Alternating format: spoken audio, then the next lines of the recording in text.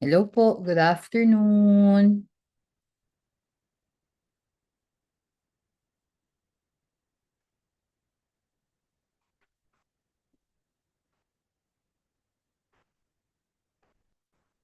Hi, Nate. Hi, Cal. Good afternoon.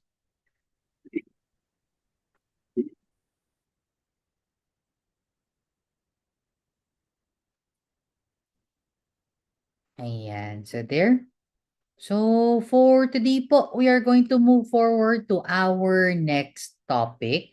So, uh, after the evidences for plate movements, scientists were able to study about the magnetic field of the Earth, diba?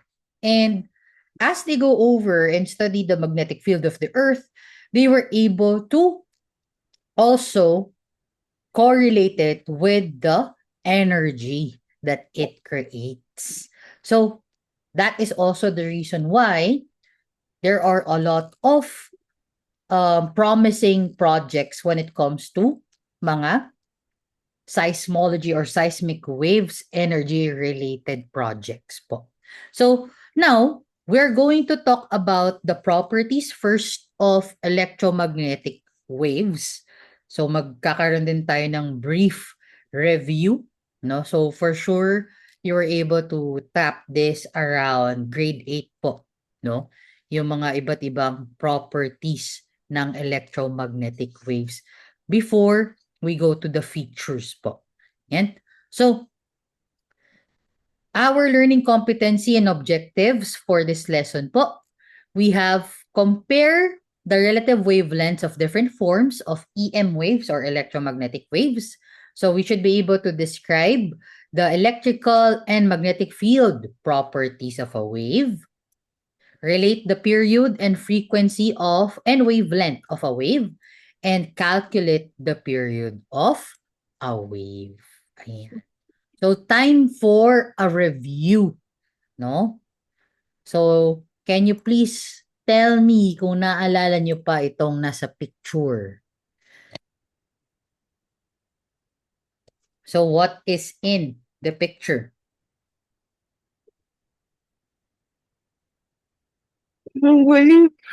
So it is a wave, correct, no? And as you can see in the picture of a wave, nilagay niya din yung iba't iba niyang parts. Remember, we have the crest, the trough, the amplitude, and the wavelength, and also yung equilibrium or yung tinatawag nating rest position. Ayan, so good job at naalala pa ninyo ang itsura ng isang wave. Ayan, so you are correct. It is a wave. So ano nga ba ulit? Review natin.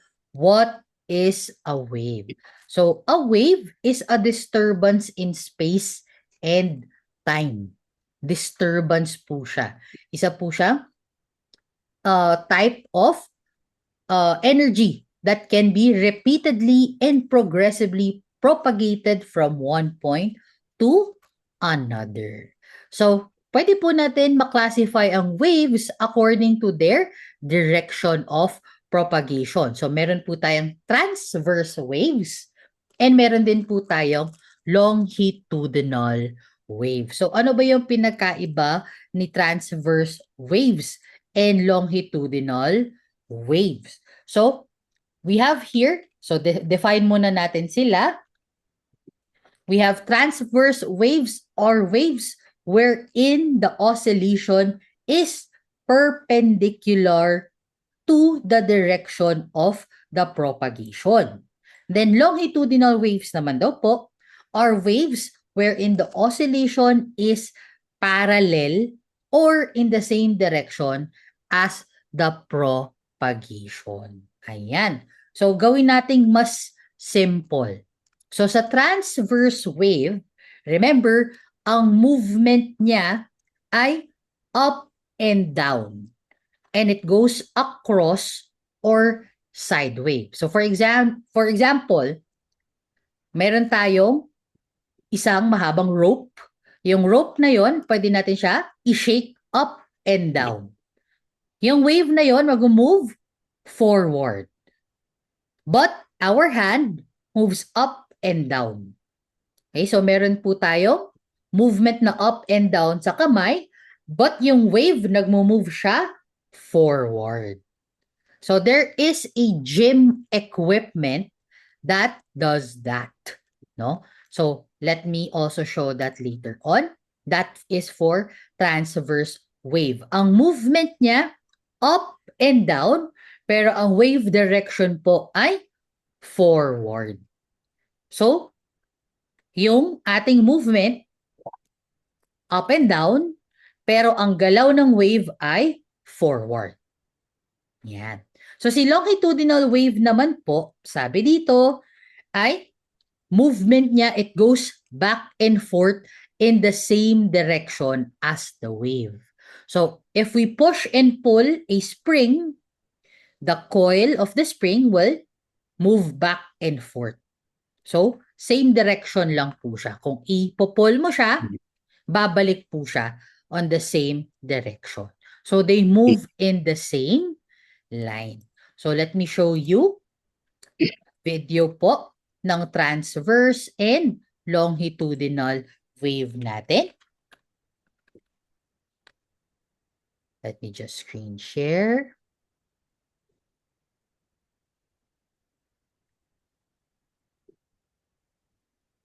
Ay, pause ko lang po yung recording. Ayan po. So, now let's go over features of electromagnetic waves. Now, let's talk about, syempre, sabi nga natin kanina, aside from yung amplitude, crest, wavelength, meron din po tayong mga values na need natin makuha when it comes to electromagnetic waves such as speed, yung period, ayan, frequency, wavelength, and the like. So, now we have right here James Maxwell. So James Maxwell, he was able to calculate yung speed of electromagnetic waves.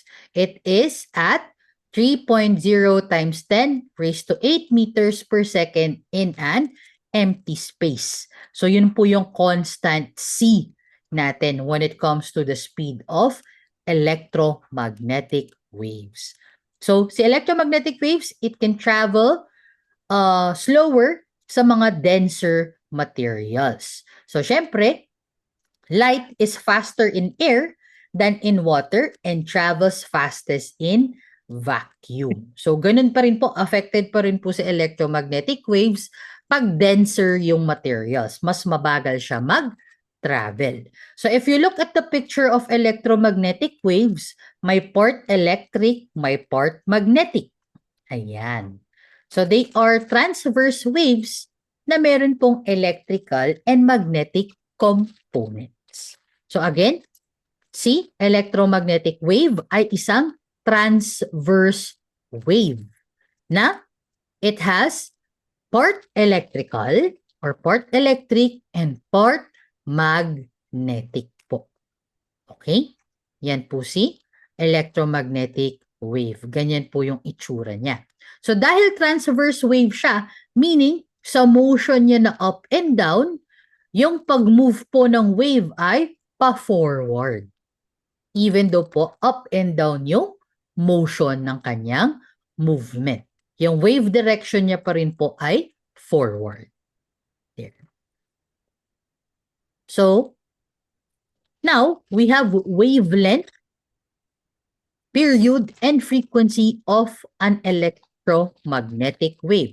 So let's talk about the waves period or si T. Tandaan natin, waves period, T. So pag period po, siya si letter T sa ating formula. So period T refers to the time it takes for the wave to finish one complete wavelength to pass through a point. So kaya din siya letter T kasi si period ay time. Gaano po siya kabilis or gaano po siya katagal na take po na matapos yung one complete wavelength to pass through a point. Si frequency naman po, so frequency F, ng wave is the number of complete waves passing through a point in a unit of time. So frequency, kung gaano po karaming wave, no? Number of complete waves na magpa-pass through in a unit of time. So for example, in 10 seconds, ilang waves or ilang complete waves yung nakapag-pass through. Yan si frequency. So ano ang relationship ni frequency at ni period t? So si period t or si time, frequency f, anong relationship nila? Ito po. So the relationship between frequency and period is given by using the formula f is equals to 1 over t. Frequency is equals to 1 over t or 1 divided by t to get our frequency. So for wavelength naman po, this refers to the distance the wave covers per cycle of propagation. So sa wavelength, pwede po natin siya i-take as one complete wave in a series of many waves. No? So that is for wavelength. So for us to get the formula for speed, we need wavelength and we need time. Kasi remember, for speed, di ba? Distance over time. So, ganun din po pagdating kay electromagnetic wave. Kaso, wala tayong distance. Ano yung distance natin? C, wavelength. Wavelength or lambda will be our distance. So, ito po yung distance na na-cover ng isang wave per cycle of propagation. So, if we put that into a formula, speed or wave speed is equals to lambda over t. Again, wave speed is equals to lambda over t. So since sabi natin kanina, remember, si frequency ay reciprocal siya ni period. Si frequency is 1 over t or reciprocal siya ni period. So we can say that for light traveling in a vacuum or empty space, period or frequency is readily obtained from a given wavelength and vice versa. Since constant naman po yung speed niya sa vacuum. Ano yung constant speed? According to James Maxwell, it is at 3 times 10 raised to 8 meters per second. Yun yung constant for vacuum or empty space. Ayan. So, yun po yung ating mga features po ng wave. So, I hope you were able to remember those parts, no? Na pag-discuss natin before. Inisa-isa rin natin yan. Pero, I have here some samples pa rin po to help us review how to solve for the following. Let me lang erase it. There. Okay. So we have right here, a light source produces yellow light, which is oscillating at 1.96 times 10 raised to 15 seconds per cycle. What is the frequency of this light? Ayan. So ano yung hinahanap natin dito? So what are we asking? So ang tanong, yes, so what is the frequency? So ano yung symbol natin for frequency? Anong letter siya? F. Letter F. Okay? Diba? So now, remember earlier, sabi natin si frequency ay 1 over T or 1 over period. So si T natin, ito yung period natin or yung time per cycle. And usually po, it is in seconds. Yan. Si frequency naman po ay in hertz. Cycles per second. So yung hertz, pwede din po siyang 1/s. Okay? So, for us to find the frequency, ito po yung gagamitin nating formula. F is equals to 1/t. So, F is equals to 1 over, ano yung time natin? 1.96 times 10 raised to negative 15 seconds per cycle. So, 1.96 times 10 raised to negative 15 per cycle. Okay, so try po natin.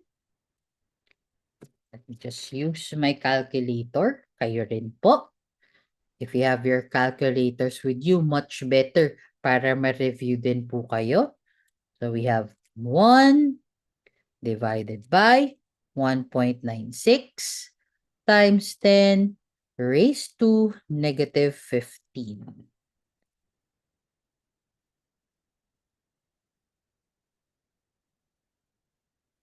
You can chat your answers po if you have.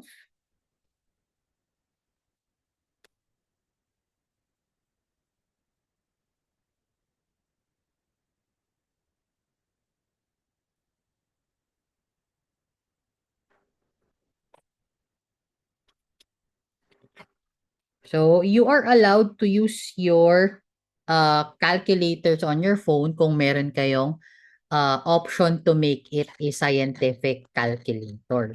Pero kung wala, I have here the Google Calculator. Let me also share it with you. Yan, sulat na lang ulit ni Teacher Karian. Okay. So, if you have here, if you have this one, search nyo lang naman po sa Google, Google Scientific Calculator. Make sure po na nasa RAD siya. Kailangan yung, ito po, RAD yung nakapindot. Okay? So, Cal for your assist, no? Para in case na wala kang scientific calculator, pwede naman po yung Google Scientific Calculator. Or if you have your iPhones, pwede din po siya. Pero kailangan naka-RAD din po yung setting. Kasi pag naka-DEG siya, iba po yung lumalabas na answer.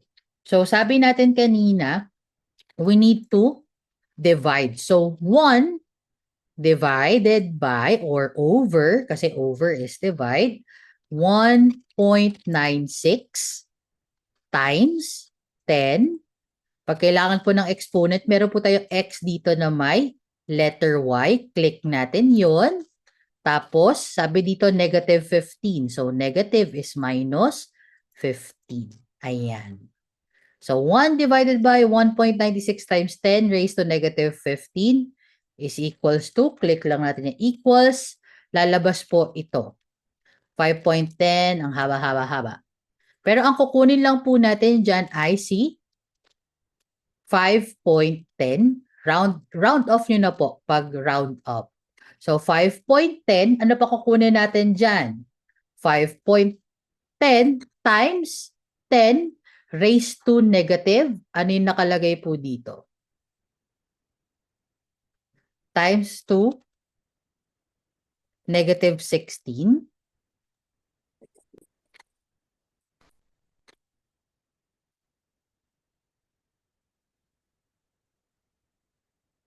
Ayan.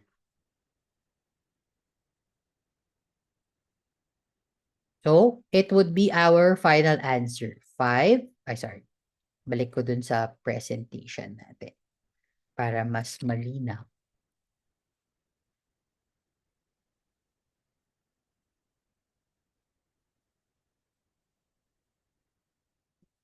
So, ang final answer po dapat natin ay 5.10 times 10 raised to negative 16. So, since we're looking for frequency, sabi natin kanina si frequency ay hertz. So, bakit hertz siya?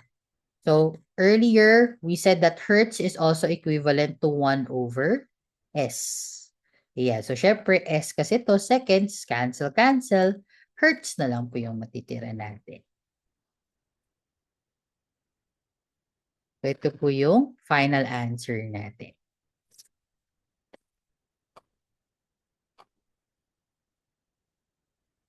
Ayan. So, we can use our Google scientific calculator po or yung ating cellphone calculator. What's that, Cal? Desmos.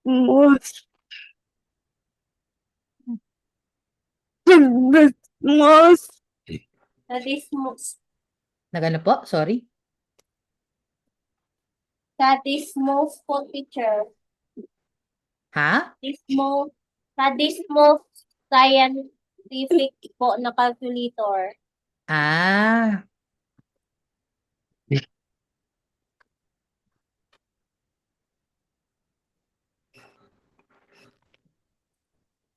Let me see that.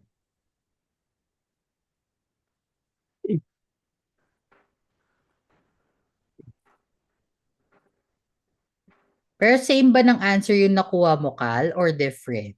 Yes po. Same naman. Same. Okay.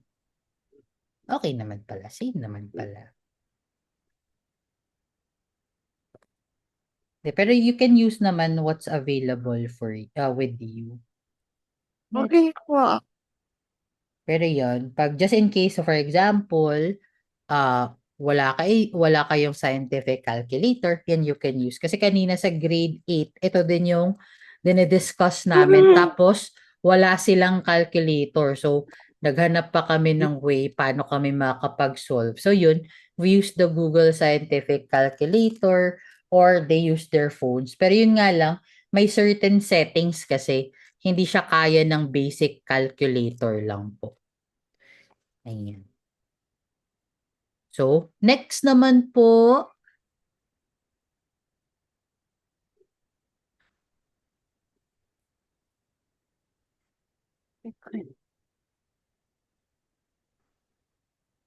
we have here, so a particular electromagnetic wave traveling in a vacuum is detected to have a frequency of 3 times 10 raised to 12 hertz. How much time will it take to complete one cycle of the wave? So ano yung hinahanap natin dito? What are we looking for? Time. We're looking for how much time. So time or ano yung other term natin for time? Wait. So period, correct. Good job to the both of you. Good job, Raiden. Ayan. So time or period. Ayan. So now we have T. Yan yung nawawala natin, right? And then sabi natin kanina, si T, siya po ay related kay frequency, no? So, if frequency is 1 over T, si time naman po, or si period ay 1 over F naman po siya. Okay? So, yun po yung formula natin for period. 1 over F. So, ano yung given frequency natin? So, yung wave daw natin, meron siyang given frequency na 3 times 10 raised to 12. So, to find our T, you have here 1 over 3 times 10 raised to 12 hertz. So, remember, ang time natin ay in seconds po. Let me compute that. 1/3.33 times 10 raised to negative, 12 pala.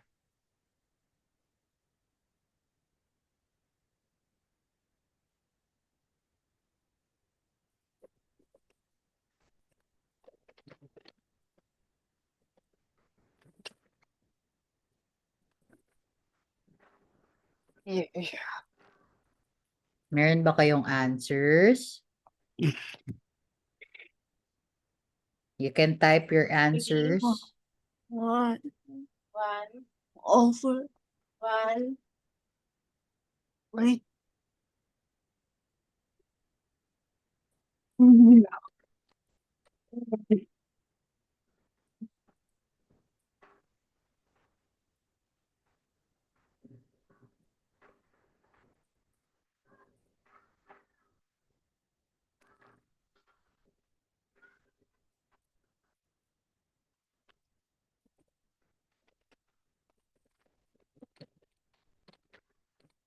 So 1/3 times 10 raised to 12.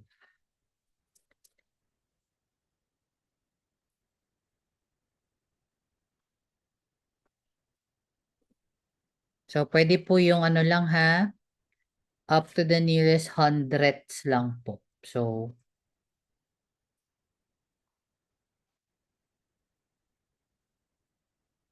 yes, Raiden.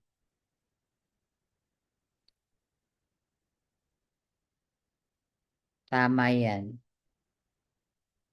How about the others?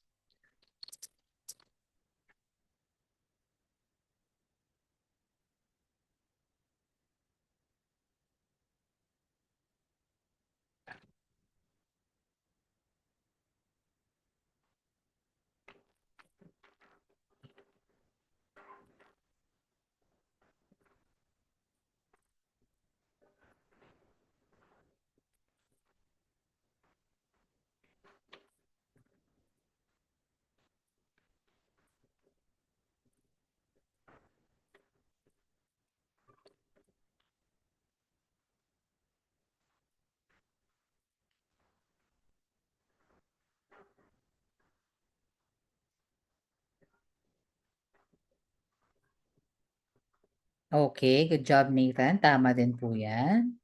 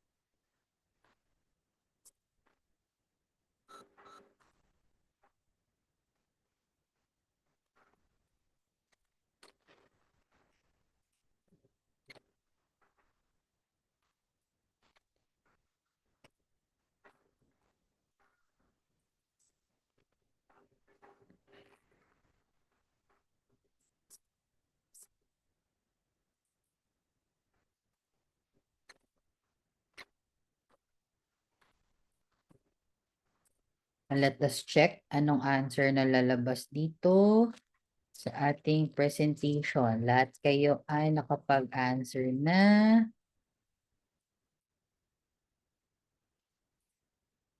Ayan. So, tama po. 3.33 times 10 raised to negative 13. Ay! Sorry. Negative 13 po pala. Meron tayong nakalimutan i-type sa calculator pag division. Kaya 11 yung nakikita. Ganito po pala dapat. Meron siyang, kasi pag naka-division siya, Pag dire-diretso natin siya tinatype, iniisip niya kasi na diretso lang po yung mismong operation. So, for example, 1 divided by open parenthesis, open close parenthesis, saka natin ilalagay si 3 times 10 raised to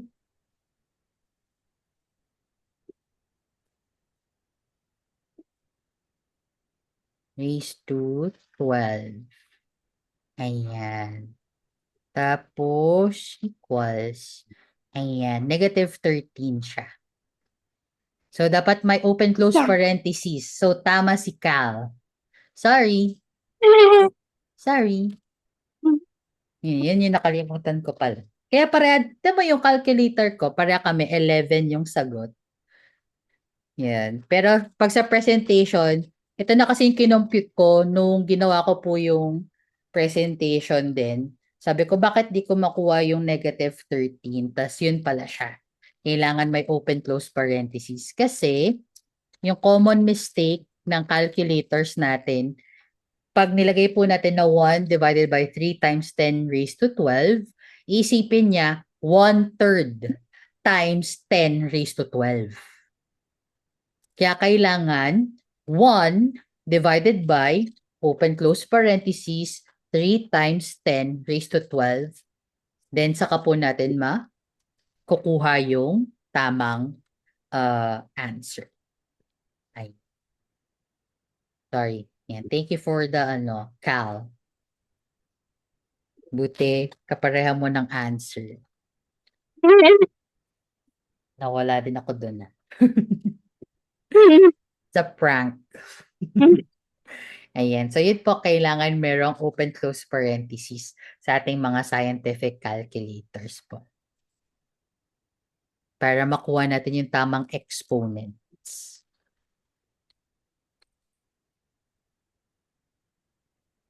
Balik po tayo. Ayan. So, next we have a radio wave in a vacuum propagates at a frequency of 30 kilohertz. What is the wavelength of this in meters? So, ito naman po, medyo meron siyang conversion.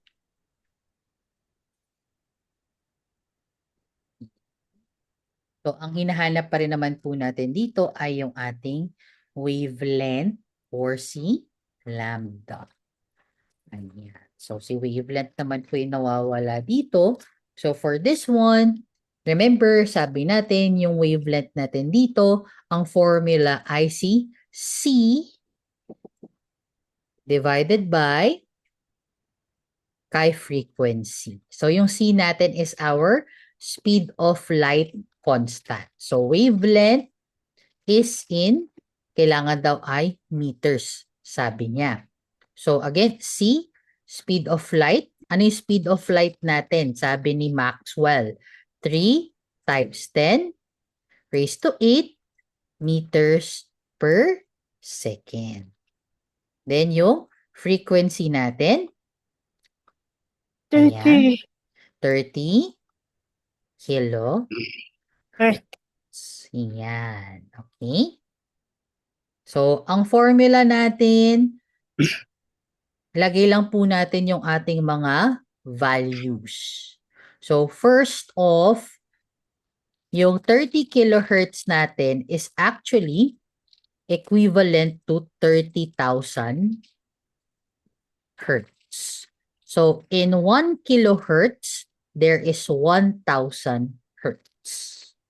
So, your 30 kilohertz is equivalent to 30,000 hertz. So, if we're going to put that into scientific notation, this is 3 times 10 raised to ilang zero to? 1, 2, 3, 4. 3 times 10 raised to 4 hertz. Ayan. Pero, okay, mag-alala, di ko naman ibibigay yan sa inyo para hindi na ganyan ka-lengthy. Pero I just want you to experience yung mga ganitong kind of word problems. So yan, meron na tayong final value ng frequency natin. Pwede na natin siya ilagay sa ating formula na C divided by F. So you have there your C, 3 times 10 raised to 8 over 3 times 10 raised to 4. So can you please try that in your calculators po?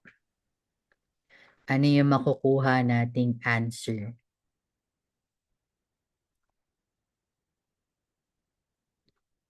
You have there 3 times 10 raised to 8 divided by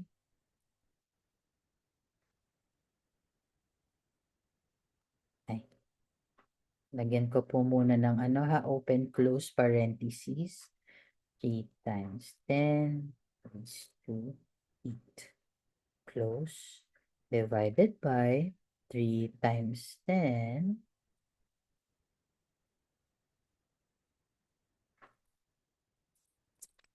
10 raised to 4.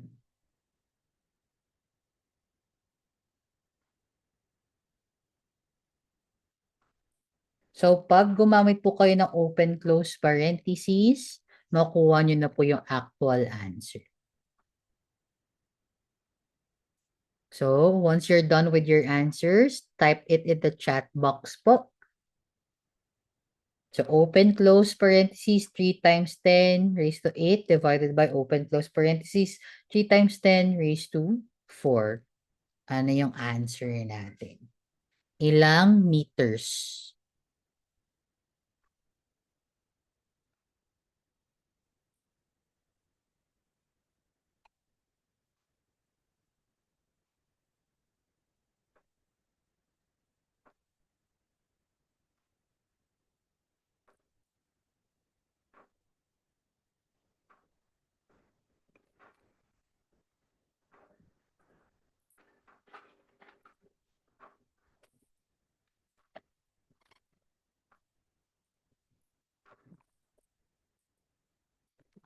Ay, sorry po.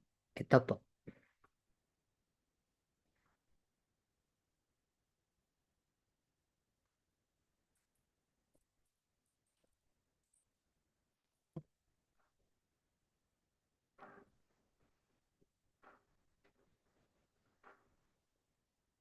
Pag ita-type sa calcul, lagyan po natin ng open close parentheses.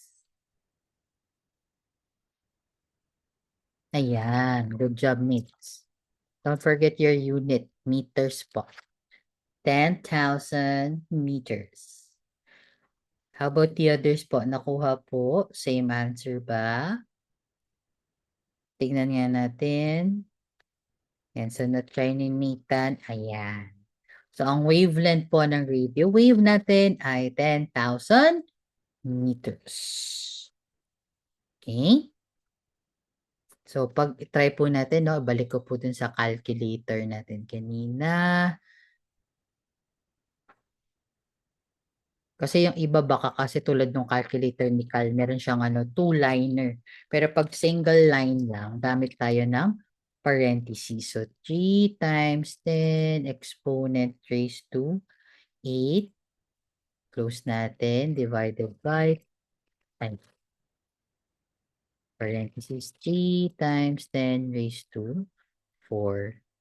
So, 10,000 po yung answer. 10,000 meters.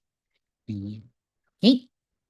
So, there. So, yun po. So, those are the things that we need to remember when it comes to electromagnetic waves. So, sa electromagnetic waves, may iba't iba siyang wavelengths at frequencies.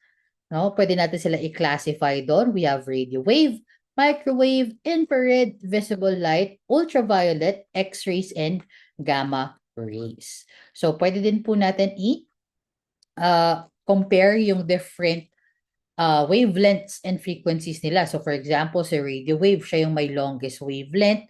Si gamma rays naman, shortest. Pero, si radio wave, siya yung may least, yung pinakamahina, no? Or lowest na frequency. While si gamma rays naman yung may highest frequency. Ayan. Okay? So remember that frequency is inversely related to the period of wave, meaning 1 over t.